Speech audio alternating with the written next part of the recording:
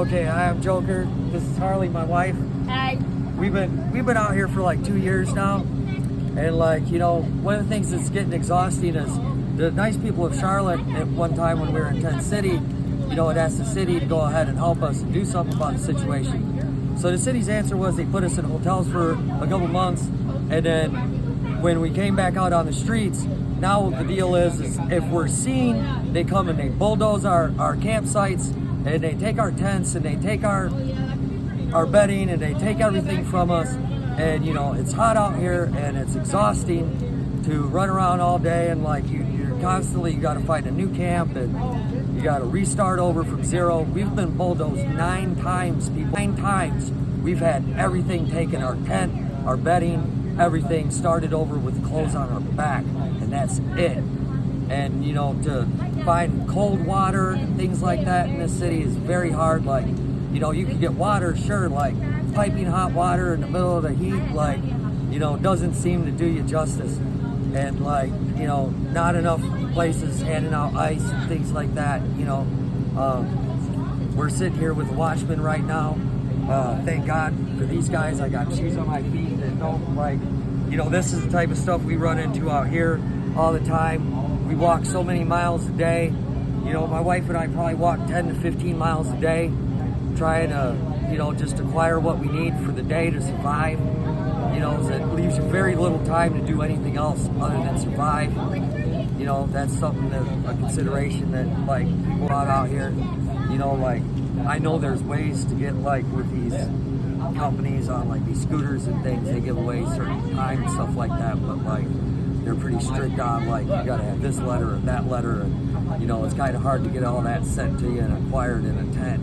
Like there are some places that will let you have mail sent there and certain things, but you know, there's things behind that. Like if it's sitting there for a couple days, it's gone, and like you don't always have time to make it up there.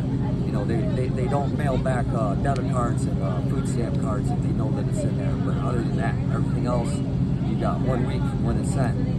Like at Urban Ministries, they mail that back. You know, so like Heath and these guys, they come out a couple times a month. They do the best they can to, you know, make sure we got shoes, and drinks, and tents, and tarps, and some love.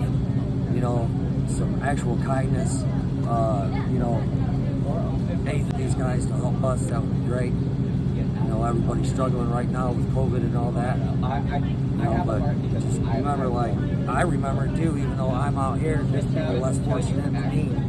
You know, there's people stuck in wheelchairs and sickness and all that stuff. Some of them are out here in the heat and everything, and they can't even go get what they need for the day. If somebody doesn't bring it to them, they're done. And just imagine that in this cruel world that we're living in, to have to rely on the kindness of others to survive. How warm and fuzzy would you be feeling each day about making it? Yeah, and how much worse is it with the heat? Right.